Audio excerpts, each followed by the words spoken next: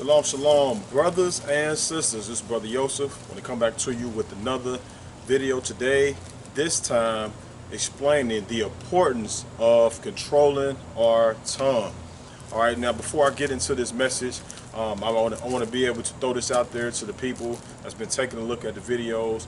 I want to ask you for a favor. All right, I want to get these wisdom lessons out here to the masses to reach more people. And for those of you that's been stopping by the page, just want to ask you to click that subscribe button, like the video, share it with others so that they may be impacted by these wisdom lessons. YouTube has the algorithm, so once you get more likes, more shares, then you will start popping up in other places, and that's what we want these wisdom messages to do, and these other messages that's on the page. So just asking you for that. Feel free to like, subscribe, and share these with other people. But today I want to talk about the tongue.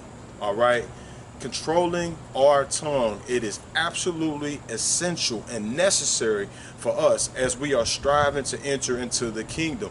Some of us, like myself, I throw two hands up, have offended many people with the tongue. And if you can be honest yourself, you have offended individuals with your tongue. But as we continue to dive into the pages of the Torah of wisdom, we will see that this is a topic that has probably more scriptures relating to it than any other wisdom topic within the four main wisdom books. All right, so I want to be able to share with you some scriptures today to be able to help you, because individuals are not controlling their tongue, marriages have been destroyed, friendships have been broken, business deals have been severed, all kind of things have happened because individuals were not wise in holding back their thoughts. All right, so let's get into the scriptures real quick.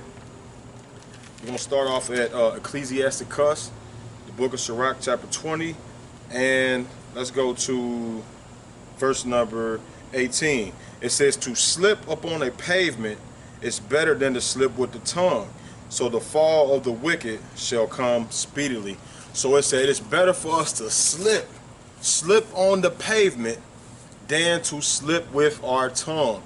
If we slip and fall on the pavement, slip and fall on the ground, all right, we can, as long as we're not hurting our back and things of that nature, we can kind of dust ourselves off and we can go about our journey. But once we slip with the tongue, once those unwise words come out of our mouth, we cannot grab them back. All right, and once the damage is done to individuals, they can be wounded for a long time. They have a saying out in the world: "Sticks and stones may break my bones, but words will never hurt me." I don't know who came up with that madness, but that is not lining up with the Torah of wisdom, because it talks about, even if you go deeper into the scriptures, it says the words of a talebearer are as wounds. They go down to the innermost part of the body. So those words are wounds. They do wound individuals. All right, and this is something that we should be taking heed to, is how powerful our words are, and how much we should be using our tongue, and how we should be refraining from using it. We have to be wise dealing with that situation. Let's go to Proverbs chapter 29. We're going to go to Proverbs chapter 29 and verse number 11. All right, it said, "A fool uttereth all his mind, but a wise man keepeth it in until afterwards." So the scripture is letting us know that a fool utters all of his mind. I've been that foolish man on many occasions in my past, all right? They say speaking out the side of your neck. That is not wisdom, all right? As you continue to mature and continue to grow, you're going to have to understand that you can't speak every single word that comes to your mind, all right? Because that's how a lot of offenses have been made. Even when you go to Proverbs 13 and 20, it says, "Only by pride comes contentions, and with the well-advised is wisdom." So only by pride comes contention. Pridefulness, when individuals start feeling prideful and they start speaking from their mouth, all right, speaking gruesome and hurtful words to individuals, all right, and it causes anger, it causes issues, it causes quarrels, even causes individuals to get killed or even put in jail. These are things that we are trying to avoid, and that's why it's vitally important that you really take heed to this message right here. All right, we have to control our tongues. All right, let's go to Proverbs chapter 10 and verse 19. Proverbs chapter 10 and verse 19, it says, in the multitude of words there wanteth not sin, but he that refrain his lips is wise. It said, in the multitude of words there lacketh not sin. That's why in this point of my life, in my adult life, I talk on the phone less now than I probably have in my whole entire life. All right, because I had to come to the realization that I'm talking to individuals, and the more that I continue to speak to them, it increases my chances of saying something unwise or saying something sinful.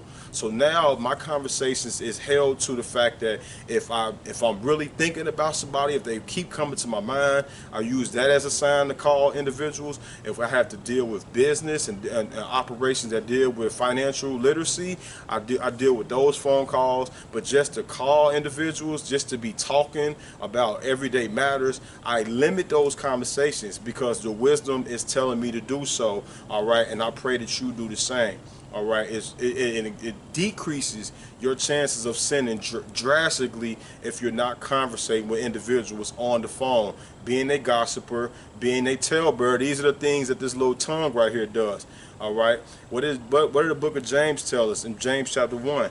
It said, my beloved brethren, be slow to speak and swift to hear. Some individuals say the Most High gave us 2 ears and 1 mouth, that we should be listening twice as much as we speak. But a lot of us, we speak twice as much as we listen. So these are some of the things that we need to be taking heed to as well. Let's continue those. Let's go to the book of Ecclesiasticus chapter 8. The book of Sirach chapter 8 and verse 3. It says, strive not with a man that is full of tongue, and heap not wood upon his fire. So the scripture is letting us know that we are not to strive with individuals that are full of tongue, individuals that like to run off at the mouth. It said don't put wood up on that. You're going to be putting wood up on a fire. Have you ever been to a place where individuals had a fire started and they wanted to keep the fire started, and they had to go get sticks and twigs, and they had to go get lumber to put on that fire to keep it going? Well, that is what you would do if you continue to go back and forth with an individual that is full of tongue. Sometimes it's best just to let them feel like they got the victory and you walk away. All right, because it can lead to more altercations if you stay around with them. It says, strive not with a person that's full of tongue. How are we supposed to deal with a person that's full of tongue? Let's go to Proverbs chapter 15 and verse 1 real quick. These are straight from the wisdom books. It tells us how we're supposed to live our life. Proverbs chapter 15 and verse 1, a soft answer turns away wrath, but grievous words stir up anger. A lot of individuals, when they hear that word, a soft answer, they want to look at it, especially if it's coming from a man's standpoint, they want to look at it as you're being soft, you're being effeminate. But wisdom tells you to have a soft anger. Somebody's yelling and screaming at you, you say, hey, brother, calm down, man. You know, when you use a calm and a cool voice, it diffuses the situation. But if you get in your pride, like Proverbs chapter 13 and 20 says, and you begin to contend with individuals over and over and over again, it's going to cause some chaos and havoc. All right, be the wise individual and diffuse this conversation, because when the individual keeps running off at the mouth and you have been in a calm manner, other individuals around you are going to take note of that. Other individuals around you are going to see this person, like they say in the streets, bugging out. All right, make sure that you don't stoop down to their level. Verse number 2, the tongue of the wise useth knowledge aright, but the mouth of fools poureth out foolishness. So the tongue of the wise, the tongue of the wise individuals, he's going to use his tongue to speak knowledge aright. He's going to know when to speak, when not to speak. And this may not be as easy as it sounds. This take practice. This take diligence. This take working on yourself every single day, examining yourself day in and day out. You know, going back over, am I talking too much? Am I speaking? You know, it's the end of times at the end of the days where I be like, man, you know, it's in days in my past where I've been like, man, I didn't probably have to say that. I probably said a little bit too more than what I'm supposed to. Constantly examining myself, and I pray that you're doing the same thing as well, because that's how we continue to improve as brothers and sisters of the Most High. All right, and as we're keeping His commandments and walking in the Torah of wisdom. The tongue of the wise use knowledge aright, but the mouth of fools poureth out foolishness. All right, it talks about that as well in the book of Proverbs. It said, go from the presence of a foolish man when you perceive not in him the lips of knowledge. All right, when the mouth of fools are pouring forth foolishness, it is time to you. Look at your watch, look at your clock, whatever you got on, and it's time for you to be able to make the proper, the necessary moves to get away from these individuals. All right, so let's continue though. Let's go down here to Proverbs chapter 21 and verse 23. I think this is what I'm looking for. Proverbs chapter 21 and verse number 23. It says, whoso keepeth his mouth and his tongue keepeth his soul from troubles. The person that keeps his mouth, he's going to keep his soul from trouble. All right, it's the safest thing for us to do. It's it's a good thing for some of you all that you do not have a lot of friends. Some of you all feel lonely and you're sitting there by yourself and you feel like, well, man, I don't got a lot of people to, conversate with and to be around and things of that nature. That's a good thing. That could be a good thing for you. All right, there's less chances that you're going to slip with your tongue. And the truth of the matter is, out of all these associates, what they call rayas, which are just people that you communicate with, right?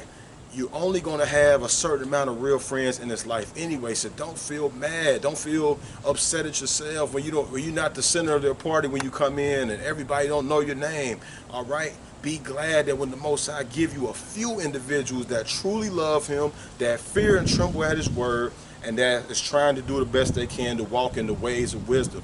Surround yourself with those type of individuals. All right, the book of Ecclesiasticus, book of Sirach, chapter 1 and verse number 29. Let's go there for a second. Ecclesiasticus chapter 1 and verse 29. Be not a hypocrite in the sight of men, and take good heed to what you speak. We have to always be on guard of the words that are coming out of our mouths, so that we do not appear as hypocrites. All right, we do not want to be hypocrites with our words. Our words. Speaking like a snake, speaking with a double-edged tongue, right? Be not hypocrites and take good heed to ourselves and what we speak. We need to constantly be monitoring our tone, our voice, the words that proceed out of our mouth. We need to be taking these words into consideration constantly. All right, it talks about that even as well when we're dealing with married individuals. It talks about that even with a contentious woman. When you're going back and forth, don't go back and forth with a woman. It talks about with a man that's full of tongue, but also with a woman that's full of tongue. All right, you don't want to contend with the woman, because I'm telling you, they will go back and forth, back and forth. All right, and it tells us it's better to even dwell on the rooftop or in the wilderness than with the angry and contentious woman. But what are some of the things that make the woman angry in the first place? Is that you may have that man running off at his mouth. All right, I'm the head. You do what I tell you to do. You my servant. You this, you that. It's a certain type of way that you can get the best out of your woman if you speak to her in a righteous way. And even with the man, it's a certain, even for you women out there, it's the way that you can get the best out of your man, by speaking to him in a righteous way. All right, not in a disrespectful way, because you got different people in different situations that come into this walk and they look at marriage in a different fashion. One of the things that we have to pay real attention to continually is how we are expressing ourselves to one another. All right, let's continue though. Let's go to Ecclesiasticus chapter 5. Ecclesiasticus chapter 5, and we're going to go to verse number 13. It said, honor and shame is in talk, and the tongue of man is his fall. Honor and shame is in our talk. All right, you're going to be honored by the words that come out of your mouth, or you're going to be put to shame by the words that come out of your mouth. Which one is it going to be? All right, individuals are standing out here cursing people out with the scriptures in their hand. All right, we're going to get to that as well. Honor and shame is in your talk. Understand this, that yes, you might attract, individuals that was in gangs, and you might attract militant men by speaking that way. All right, it's a proven thing that those individuals are attracted, but there are so many more individuals that are turned off by individuals that are cursing with the scriptures in the hand. All right, let's continue though. Sirach chapter 27 and verse 4. Ecclesiastes chapter 27 and verse 4. As one sitteth with the sieve, the rest fuse main. So the filth of the man is in his talk. You see that right there? The filth of a man is in his talk. The words that proceeds out of his mouth. So individuals, they telling you to keep the laws, keep the commandments, do what's right and pleasing in the sight of the Most High, and every other word they're using a curse word. Now understand that cuss words and curse words are different. They use the cuss words. Let me say that. Cuss words and curse words are different. Individuals can go back and forth and say, well, I can use these words or not. But you go back to the book of James and talk about how the blessings and the curses, they proceed out of the same mouth, and they need not to be so. So it is wise that we do not use these profane words when we're out here witnessing to individuals. I grew up in the streets. I sold drugs. I did all kind of things. All right. I don't have to, for me to feel like I have to relate to these individuals. I don't feel like I don't have to curse and say everything that they say just to be able to reach them. I've been effective by just being able to be a light and sharing the Most High's words and using righteous words, and still been able to win brothers. The Most High's been able to use me to draw and get people's attentions and sow seeds to individuals, because they can see that I'm relatable, but at the same time, I'm not exactly doing what they're doing. All right, these are things we need to be paying attention to. All right, so let's continue though. I was talking about going to the book of Sirach. Now I'm gonna go to Proverbs chapter 17. We talked about the sift with the sieve, the refuse mains. It talks about soul. As a sift with the sieve, the refuse mains. And it talks about when you're dealing with the sieving out something, the remaining of that part is the filth part, and that's what's happening with our brothers that's out here, sharing this word and they cursing every 2 seconds. We got to be taking heed to that. All right, Proverbs chapter 17. Proverbs chapter 17 and verse number 27. It said, "He that hath knowledge spares his words, and a man of understanding is of an excellent spirit. Even a fool, when he holds his peace, is counted wise, and he that shutteth his lips is esteemed a man of understanding." It said, "He that has knowledge spares his words, and a man of understanding is of an excellent spirit." All right, I don't know about you. I want to have an excellent spirit before the Most High. I want him to look down on me and say that son right there, he is representing me righteously among the inhabitants of the earth. All right. But as we was talking about in Sirach 27 and 4, when one sifteth with a sieve, the refuse remaineth. That's the filthy part. All right. Sirach chapter 32 and verse 12. We're about to get ready to close this up. I know this is a little bit more scriptures than I normally give out on these Wisdom Wednesdays, but I really wanted you to see the importance of this. All right, Ecclesiastes chapter 32 and verse 12. "There take thy pastime and do it thy will, but sin not by proud speech." We cannot be out here sinning with proud speech. Pride, when you look at it in the first 5 books, you don't see a "thou shalt not have pride" or "thus says the Most High, do not have pride." But when you come over to the wisdom books, all right, in the Torah of wisdom, pride is sin. Look at Proverbs 21 and 4. You will see that pride is sin. Right here it says, "Sin not by proud speech." How many individuals, when they open up their mouth, they're speaking proud things, talking about all their possessions, talking about how much money they have, talking about how people serve them and how people do this for them, and it's always about them and their land and their property and their boats and their cattle and everything that they have, right? Basically telling you why you should worship them. All right, it says sin not by proud speech. Even with when you got husband and wives going back and forth, it says only by pride come contention. You have the husband and the wife, they want to always prove who's right, who's wrong. They want to demean the other person, downgrade them. All right, this is proud speech, and we need to put it to an end. We need to constantly work on it. All right, Ecclesiastes chapter 11 and verse 8. Individuals that's been teaching the word 15, 20, and 30 years still do not know this basic a wisdom law that I'm about to share with you right now. Ecclesiastes 11 verse 8. It says, answer not before you heard the cause, neither interrupt men in the midst of their talk. How many of us are constantly interrupting individuals in the midst of their talk? Whether it's a brother, whether it's a sister, whether it's a husband or wife, as soon as someone gets to start speaking, we just immediately overtalk them as if their words doesn't mean anything. Now, on the other side of that, do you think that the individuals going to want to keep coming back to you, telling you their problems, telling you their situations? Because we are supposed to be able to gather these problems and situations and give them the medicine, which is the word. All right, but how can we give them the medicine if we don't allow them to share with us what they need to share, so that we can gather the ammunition that we need to feed them properly? So many individuals are prideful. It's all about what they say and what they think. Do not interrupt someone while they're speaking. Don't interrupt nobody in the midst of their talk. All right, Proverbs chapter 18 and verse 13.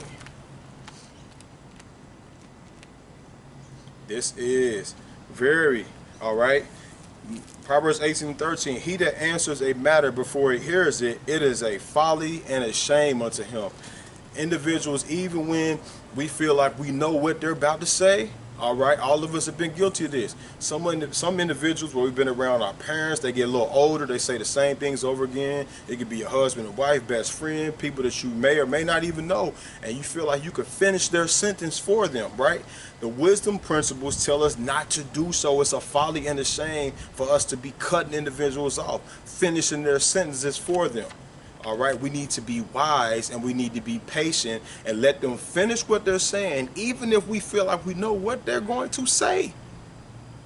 What if they're saying the same thing, but they tweak it and switch it up at the end and tweak it and tell you just at the end to make you look stupid because you thought you already knew what they were going to say. They switched it up on you.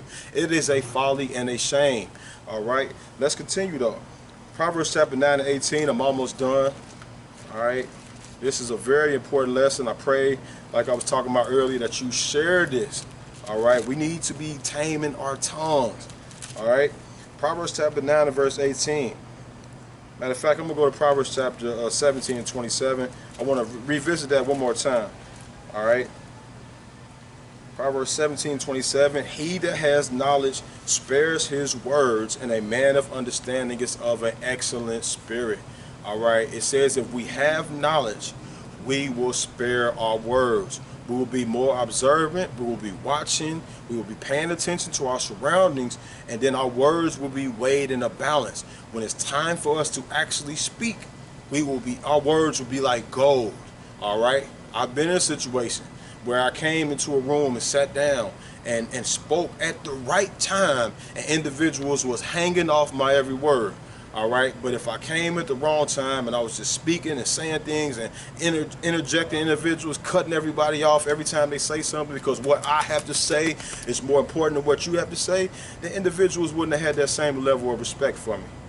It said in 28, even a fool, when he holds his peace, is counted wise. Some of you want to be wise. It's giving us a hint right here. It said even a fool is counted wise when he learns how to be quiet. And he that shutteth his lip is esteemed of a man of understanding. So if you want to be esteemed as a man or a woman of understanding, learn how to zip it up.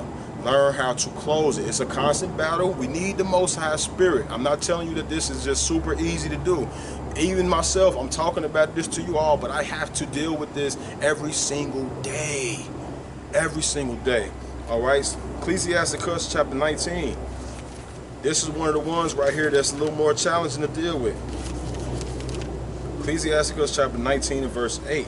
All right, it said, whether it be to friend or foe, talk not of other men's lies. And if you can without offense, reveal them not. So, and let me go to verse number 6. It said, he that can rule his tongue shall live without strife, and he that hateth babbling shall have less evil. So he said that the person that knows how to rule their tongue is going to live with less strife. I could tell you that firsthand. Individuals I used to talk to on the phone, all right, when you start cutting off the communications from individuals because you don't want to talk about gossip and slander individuals, and the phone calls continue to diminish, all right, they said, he that can rule his tongue shall live without strife. I'm living in some of the most peaceful and prosperous days in my life right now because I'm not talking to individuals that I used to talk to every single day. All right, and he that hateth Babylon shall have less evil. I have less evil in my life right now. Verse number 7, rehearse not, Ecclesiastes 19:7, rehearse not unto another what is told unto thee, and thou shalt fare the never worse. All right, so if somebody come to you in confidentiality and they're telling you something, and they tell you that they want it to be confidential, then it's not for us to be sharing it with other people. Verse number 8, whether it be to a friend or to a foe, talk not of other men's lives, and if thou canst without offense, reveal them not. This is one of the challenging things that I have to deal with to this day, of not even bringing up another person's name, because it's a struggle, not just to backbite or tail bearing, because you might just be around someone and you just may want to ask, how's that person doing? How's that person doing? Or y'all might be a part of something, and there are kind of exceptions to the rule, because the Most High understands that when you're a part of groups or organizations or committees, or y'all brothers and sisters, y'all congregate or fellowship together, sometimes you might ask about so-and-so. You might ask how they're doing and situations like that. All right, and I know that they say if you don't have nothing good to say, don't say it at all. That's what they say out in the streets. That sounds extremely positive, but according to the Torah of wisdom, it fails, because wisdom tells us it's best not to even bring their person's name up at all, even if you are speaking positively about them, because it can slip and end up being negative. You can go from saying positive things, you say, but this person is also doing this as well, and they can throw away all the good that you said. So the wisdom aspect behind it is just not to bring up a person's name at all. All right, and we're about to get ready to close it out. Let's go to Ecclesiastes. See if this is the last one I'm looking for. Ecclesiastes chapter 9 verse 15. Let thy talk be with the wise, and all thy communication in the law of the Most High. So the scripture tells us, let your talk be with the wise. Get around wise individuals, and they will be able to share with you things that are wholesome, that are helpful, that are of a sound mind. All right, our tongues, we can build up. With our tongues, we can throw down. What it said in Proverbs chapter 18 and verse 21, it said, life and death is in the power of the tongue, and they that love it shall eat the fruit thereof, right? They that love it shall eat the fruit thereof. So this is just a portion. Also too, if you come over here, got my book over here, the 12 fundamental laws of wisdom, are going to the tongue on a whole different level. If you read through that chapter, you see some of these verses, scriptures that I share with you today are in this chapter, but it's actually giving more of a breakdown on how dangerous the tongue is. So you know, prayerfully you can stop by and get you a copy of that as well, if the Most High leads you to. All right, so if you like this video right here or any other previous videos before, click that subscribe button, click the bell button for the notification, share this video with as many individuals that you know that need to tame their tongue. Until the next time we meet again, I say shalom shalom, Yah Barak, contain that tongue.